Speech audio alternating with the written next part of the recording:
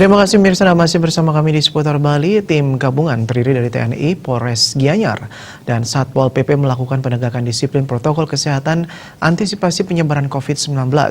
Operasi penegakan disiplin kesehatan ini dilakukan di Jalan Ngurah Rai Gianyar untuk meningkatkan kesadaran masyarakat supaya tetap mematuhi aturan protokol kesehatan.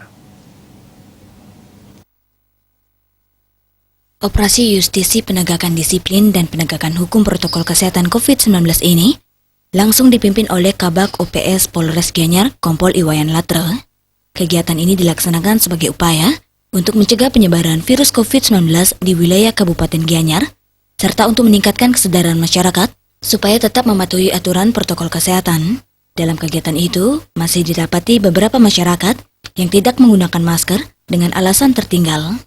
Adanya masyarakat yang didapati tidak mengenakan masker ini adalah karena kurangnya kesadaran akan pentingnya penggunaan masker di masa pandemi COVID-19 ini. Pengendara sepeda motor dan mobil yang didapati tidak mematuhi pengenakan masker diberikan sanksi teguran lalu diberikan masker. Pihaknya mengimbau agar masyarakat Kabupaten Gianyar untuk selalu waspada dan tetap mengenakan masker apabila keluar rumah atau pergi ke tempat-tempat keramaian. COVID-19 ini adalah musuh bersama.